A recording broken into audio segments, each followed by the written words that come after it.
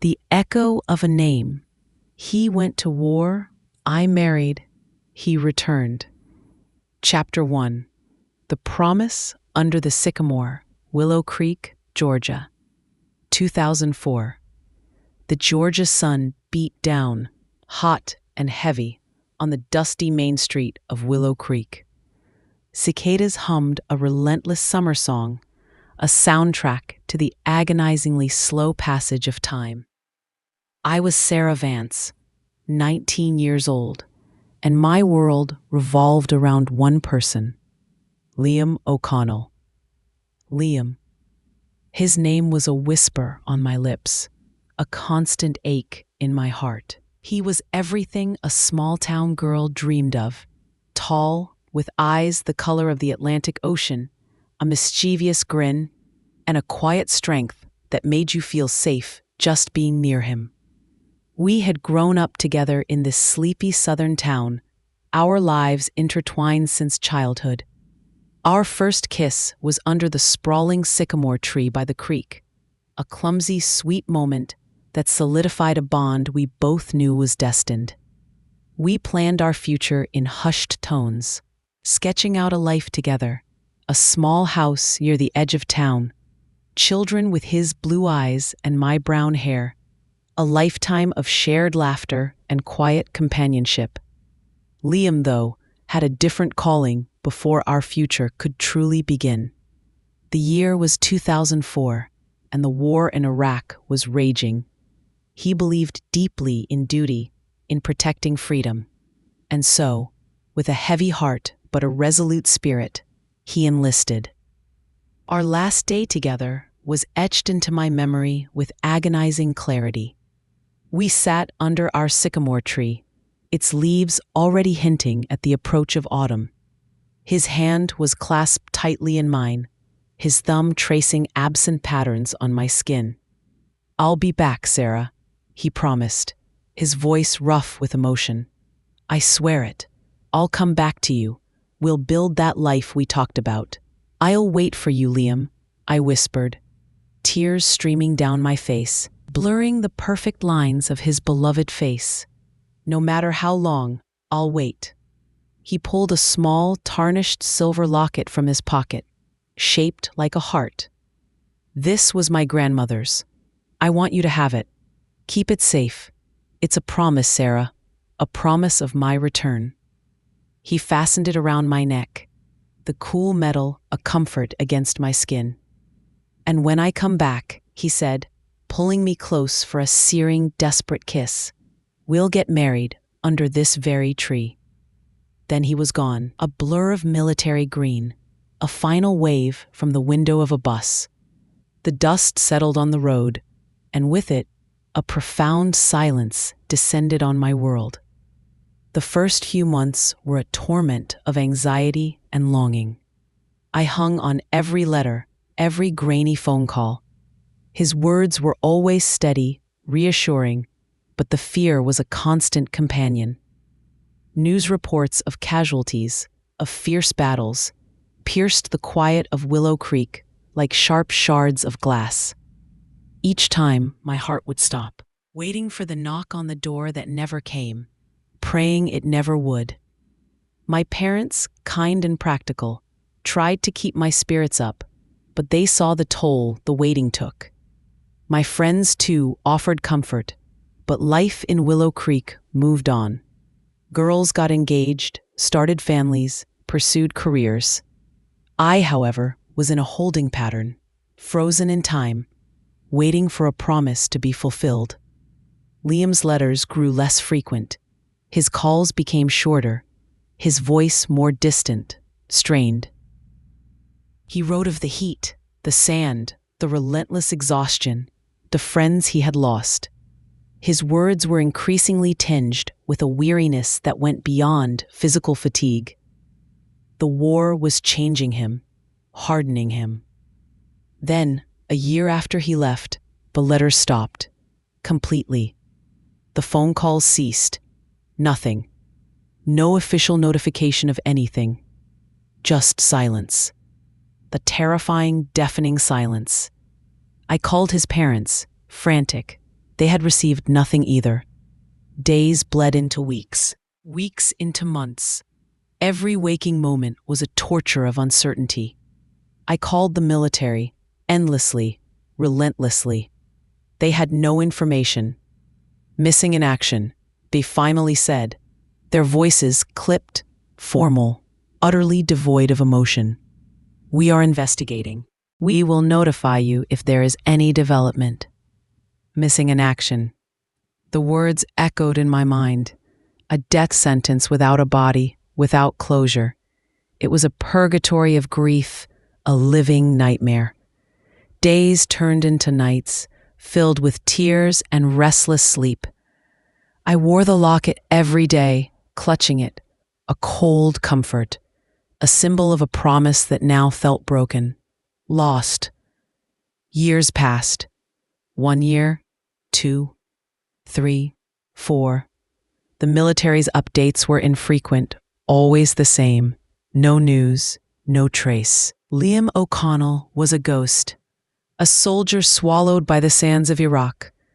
My parents, my friends, my whole community urged me to move on. He's gone, Sarah, they'd say gently. You have to live your life. It was practical advice, born of love and concern, but it felt like a betrayal. How could I move on when a piece of my soul was still missing? I tried. I dated, half-heartedly, but no one compared to Liam. No one had his laugh, his eyes, his quiet strength. Every attempt felt hollow, a pale imitation of what could have been. Then 5 years after Liam disappeared, I met David Miller. David was a new teacher at Willow Creek High, kind, steady, reliable.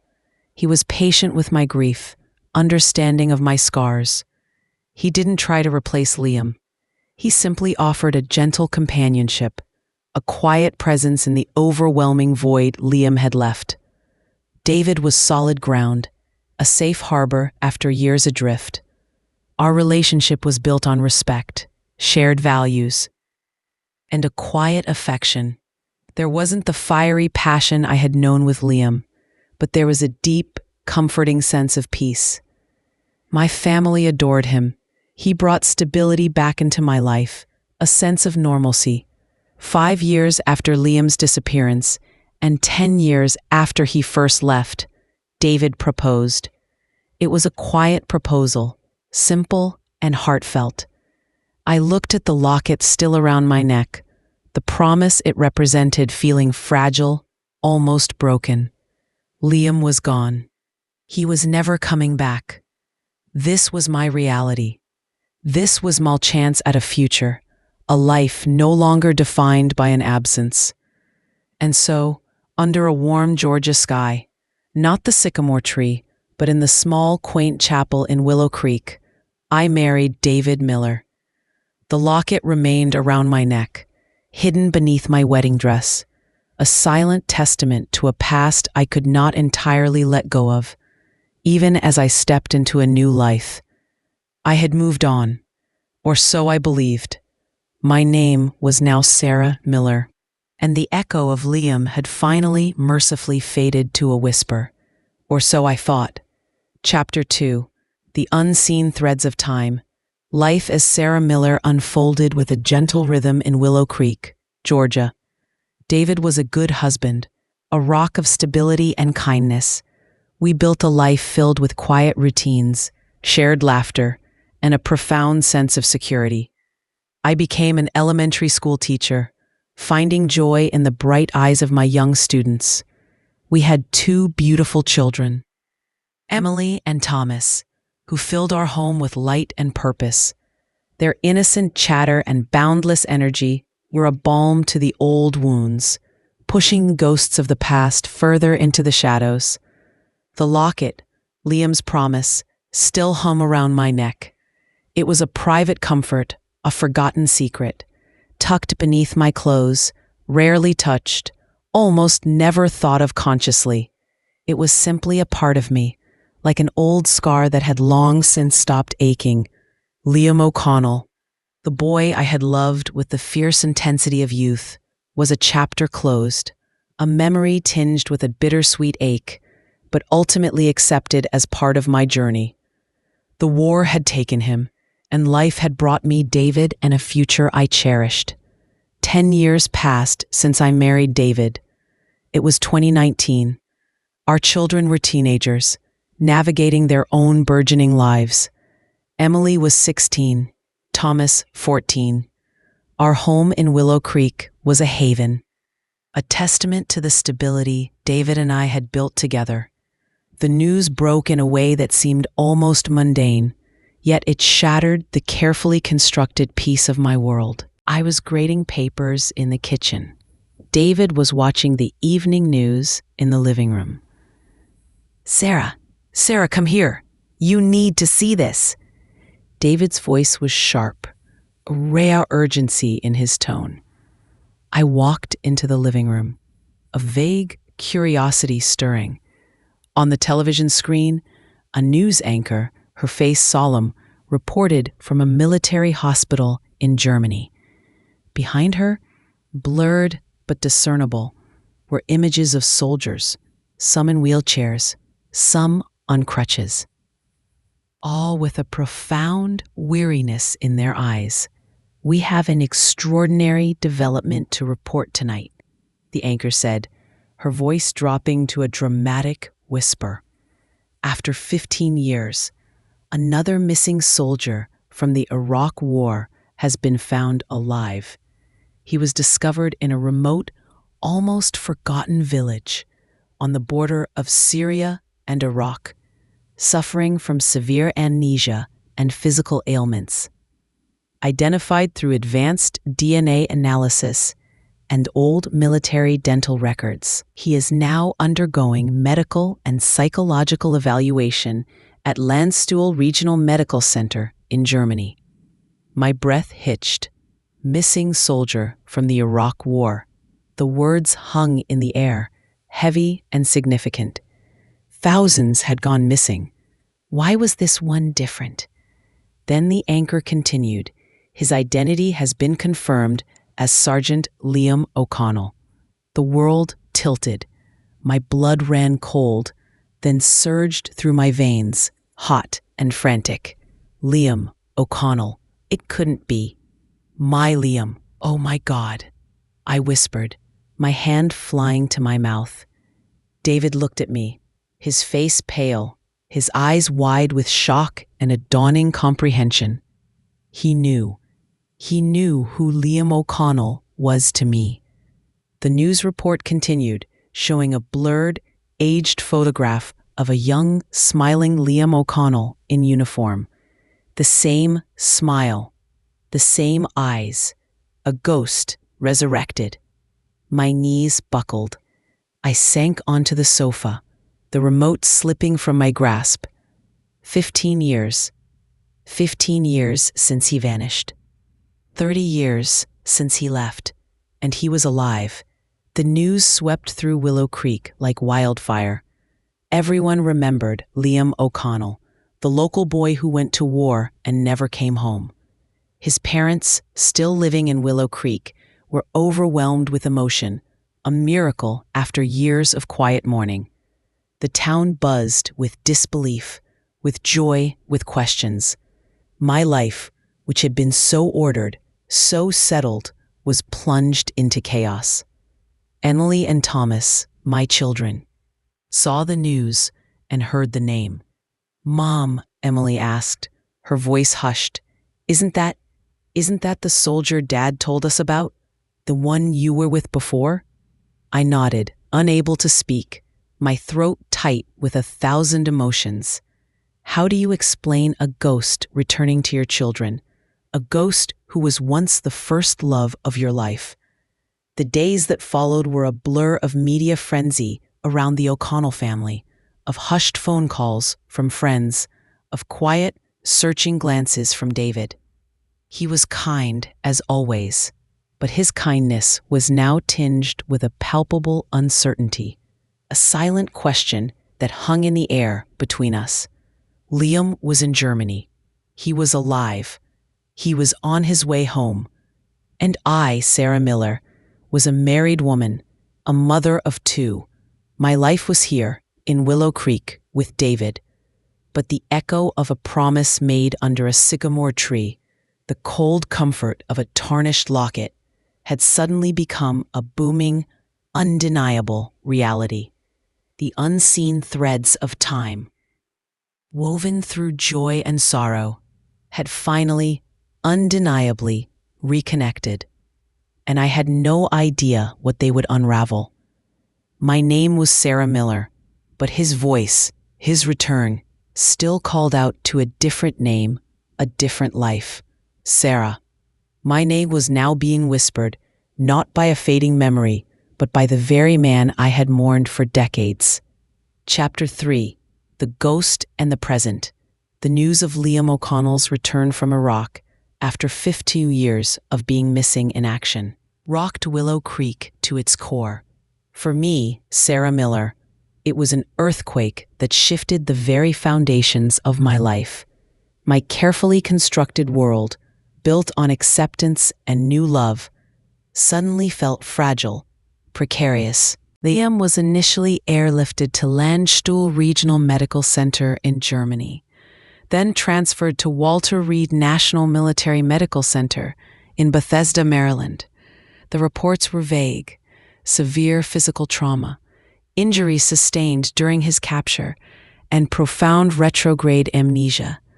He remembered nothing of his identity, his past, or his life before the war.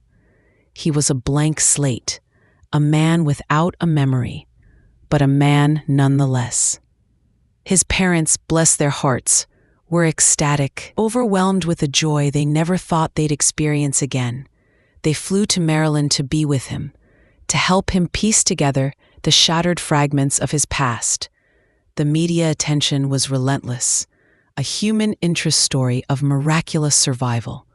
I followed the news obsessively, a morbid fascination mixed with a deep, unsettling emotional turmoil. David watched me, his concern palpable.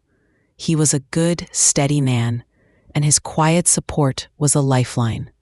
Whatever happens, Sarah, he'd say gently, we'll face it together, our life is here.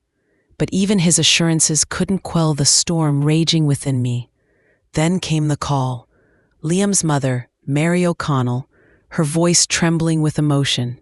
Sarah, dear, he's coming home. They're bringing him to the Veterans Hospital in Atlanta, Georgia, next week for continued rehabilitation. The doctors say familiar surroundings might help with the amnesia. They want to bring him to Willow Creek for a day or two first, just to see if anything sparks. My heart pounded. Home to Willow Creek, the small town that held both our pasts, the sycamore tree, the promise, and he had no memory. What would he see? What would he feel? Of course, Mary, I managed to say, my voice feeling strangely detached. That's wonderful news. Sarah, darling, she continued, her voice dropping to a whisper. He knows your name. He doesn't know who you are. Not in his mind, but he says your name sometimes, like a whisper, a sound that's stuck. Sarah. The doctors think it might be a memory fragment. Sarah, my name, whispered by him from a past he couldn't remember.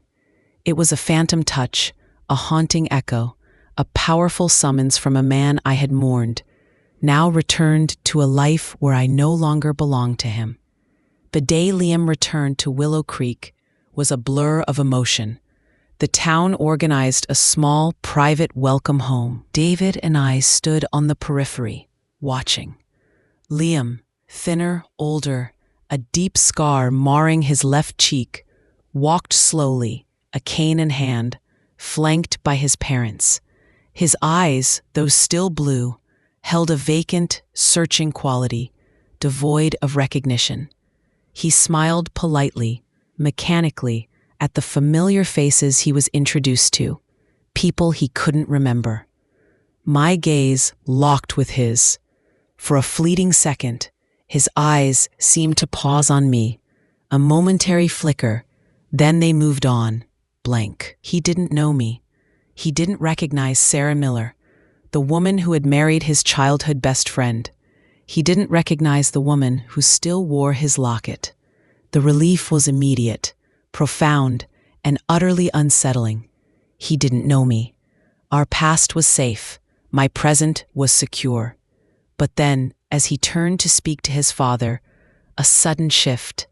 His eyes swept over the small crowd again, scanning, searching, and then his gaze stopped on me, not the polite, distant glance from before. This was different. His eyes widened, a flicker of something, a spark, a tiny tremor, and then his voice rough, hesitant but unmistakable. "Sarah?" It was a whisper, an echo, a sound that pierced through the carefully constructed walls of my present. It wasn't the joyful, excited shout of a lover. It was a question, a profound, searching question, as if his very soul, bypassing the amnesia, had remembered a name, a feeling, a connection that defied logic. David stiffened beside me, his hand finding mine, his grip tight.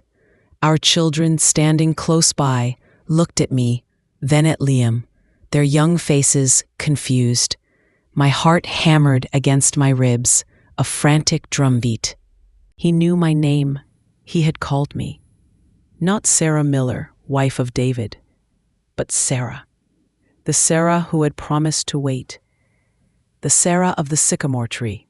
His parents looked at him, then at me, their faces a mixture of hope and trepidation. The doctors had said familiarity might spark something. And here it was, the ghost of a name, resurrected by the very man who was a ghost of his former self. The distance between us felt infinite, yet suddenly terrifyingly small. My past, once a neatly closed chapter, had just flung its doors wide open, and the man who held the key, the man who remembered only my name, stood before me, challenging everything I had built, everything I had become. The echo of a single name, Sarah, had just become a roaring torrent, threatening to sweep away my entire present. Chapter 4. The unfolding of memories. The single, hesitant whisper of my name, Sarah, hung in the air, thick with unspoken history and shattering questions. Liam's eyes, though still clouded by amnesia, held a raw, intense focus, fixed solely on me. It was a gaze that transcended time, bypassing logic, connecting with a part of me I thought was long buried. David's grip on my hand tightened, a silent plea for reassurance, a desperate attempt to anchor me in our shared present. My children, Emily and Thomas, looked between us, confusion and fear etched on their young faces. The crowd, initially hushed in awe of Liam's return, now held its breath, sensing the profound drama unfolding. Liam's mother, Mary, stepped forward, her voice gentle but firm. "Liam, dear, that's Sarah. Sarah Miller. She was a dear friend of ours, grew up here." She tried to recontextualize me, to place me safely in the present, away from the raw nerve of his nascent memory. But Liam's eyes never left mine. He took a slow, painful step forward, then another, leaning heavily on his cane, until he was just a few feet away. His gaze was searching, probing, as if trying to excavate a hidden truth. "Sarah," he repeated, louder this time. Not a question, but a statement, imbued with a strange, undeniable certainty. And then a tremor. The sycamore tree? My breath hitched. The sycamore tree. Our place. Our promise. A vivid, searing memory, unique to us. A wave of dizziness washed over me. This was impossible.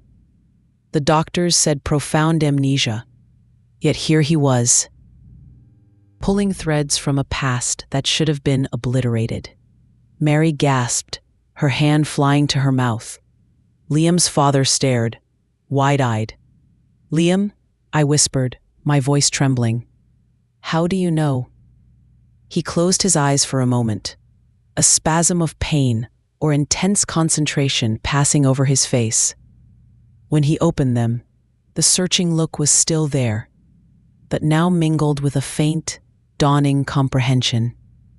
He reached out a hand, slow and hesitant, towards my neck. His fingers, scarred and rough, brushed against the locket, hidden beneath my blouse. "The locket," he breathed, a raw, emotional sound.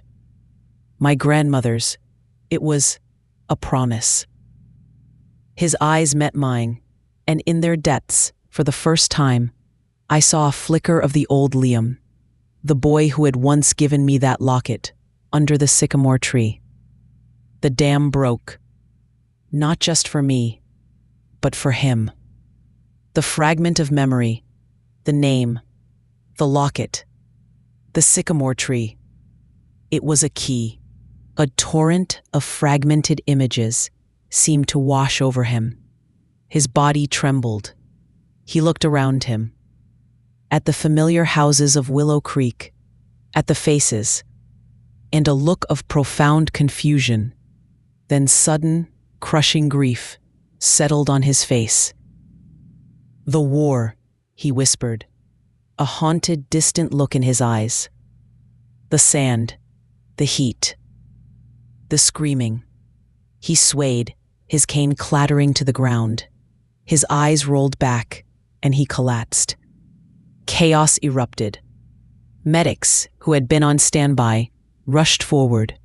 His parents cried out, frantic. David, quick thinking, helped the medics gently lower Liam to the ground. I knelt beside him, my hand instinctively going to his forehead, brushing away a lock of hair. "You was unconscious, overwhelmed by the sudden deluge of traumatic, fragmented memories. The doctors later explained it as a memory cascade. The brain, protecting itself from trauma, had locked away his past. But my name, the sycamore, the locket, they were emotional anchors, powerful enough to pierce the amnesia, forcing a traumatic, disorienting return of memory fragments. He wasn't fully recovered, far from it, but the doors to his past had been violently flung open. Liam was rushed back to the hospital in Atlanta. The town was left reeling, hushed, shocked. My own family, David, Emily, and Thomas, were shaken.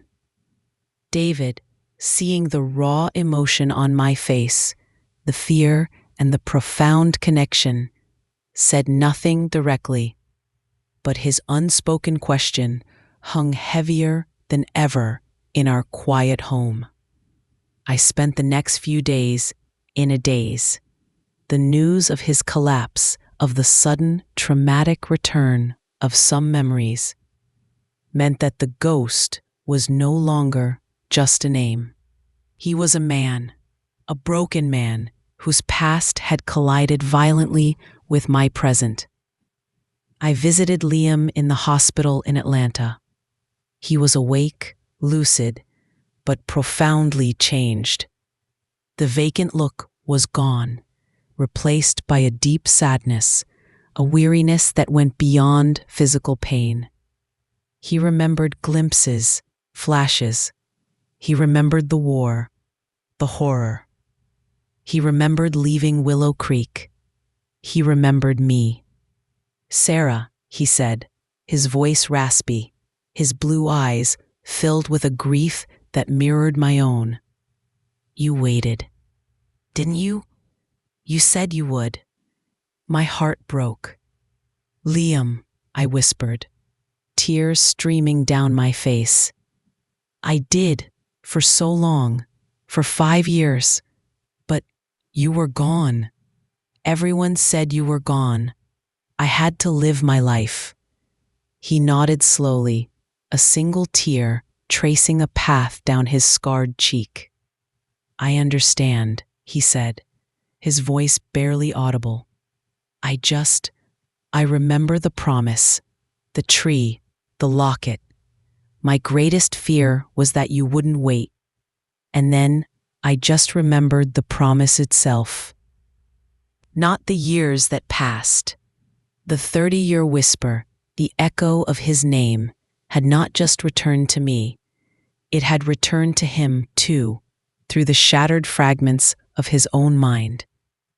And in that shared, agonizing recognition of a broken promise, the ghost and the present finally confronted each other, forcing us both to face the profound, irreversible impact of time, war, and the choices made in the unbearable vacuum of absence. My two lives, separate for so long, were now irrevocably tangled, demanding a resolution that felt impossible.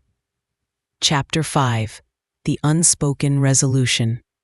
The hospital room in Atlanta, Georgia, was filled with the heavy silence of two lives irrevocably changed. Liam, the man who had returned from a ghost, sat fragile and broken, his blue eyes holding the profound sorrow of a memory that had bypassed 15 years of his life. And I, Sarah Miller, sat across from him, a wife and mother, facing the embodied ghost of my youth. A promise returned. "I understand, Sarah," Liam repeated, his voice raspy, his gaze fixed on my wedding ring. "You had to live. I was gone. No one expected me back." His words, though accepting, carried an unspoken pain, a profound loneliness for the life that should have been. He remembered the promise, but not the years of waiting, the despair, the eventual acceptance of loss. "It was the hardest thing I've ever done, Liam," I confessed, tears blurring his scarred face. "Moving on, accepting that you were gone. David, he was a lifeline. He brought me back from the brink. We talked for hours that day, and in the days that followed. Not about the details of his captivity, which remained a traumatic blur even for him, but about the years that separated us. I told him about Willow Creek, about how life had moved on, about his parents' enduring hope. I told him about David, about our children, Emily and Thomas. Sketching out the vibrant, full life I had built. He listened, his face a mask of complex emotions, sadness, understanding, and a distant, almost wistful regret. He revealed that the military specialists believed his amnesia had been a protective mechanism, a way for his mind to cope with unimaginable trauma. The fragmented memories, triggered by the familiar sight of Willow Creek in my presence, were a sign of healing, albeit a painful one. He was beginning to piece together his identity, his past, but it was a slow, arduous process, riddled with emotional landmines. David, my husband, was extraordinary through it all. He understood the unique, almost surreal situation. He knew the depth of my history with Liam. He came with me to the hospital sometimes, standing quietly by, his presence a constant, reassuring anchor. He saw the genuine, platonic care I felt for Liam, a profound empathy for a man who had lost so much, including 15 years of his own life, and the love he had once known. One afternoon, Liam's parents, Mary and John, joined us. They sat, holding hands, their faces etched with the cumulative weight of their son's miraculous return and the complex reality of his re-entry into a changed world. "Sarah, dear," Mary began, her voice soft, "you wearing Liam's locket all these years, it means the world to us. It shows how much you loved him. and we understand that you've built a beautiful life now. We respect that. We're so grateful you're here for him now, as a friend, to help him remember." Her words were a final, unspoken absolution, releasing any lingering guilt I might have felt about moving on. They understood. They saw the depth of my loyalty, not just to Liam, but to the life I had chosen. As Liam slowly recovered, gaining strength, his memories gradually, painfully returning, our conversations shifted. He stopped speaking of us, of the past promises, and started to talk about his own future, a future that no longer explicitly included me, at least not in the way it once did. He recognized David, not as a rival, but as the man who had provided me with the stability and happiness he had inadvertently been unable to. One day, as he was about to be discharged from the hospital, ready to begin outpatient rehabilitation in Willow Creek, he called me aside. He was standing, unaided, a testament to his resilience. He held the silver locket, the one I had given him when he collapsed. I had left it with his parents at the hospital entrance. "Sarah," he said, his blue eyes clear, but still holding a profound sadness. "This belongs to you. It was a promise, once. My promise to you. And you kept it. For as long as you could, you truly did. But now, it needs to be a different kind of promise." He gently took my hand and placed the locket into my palm, closing my fingers around it. A promise of peace, for both of us. A promise that we can both move forward, carrying the memories, but building new futures. My voice caught. "Liam, you have a beautiful life, Sarah," he continued, his voice gentle but firm. "A wonderful husband, amazing children. That's your future. And I need to find mine, with the memories I have now, with the gratitude for what was, and for the grace of what is." He smiled, the genuine, albeit weary, smile. "Thank you, Sarah, for everything, for remembering, for waiting, and for understanding that you couldn't wait forever." It was an unspoken resolution, a quiet goodbye to a past that had once threatened to consume my present. The echo of his name, Sarah, was no longer a haunting summons, but a soft, tender memory, a symbol of a love that had once been, and a journey of profound resilience.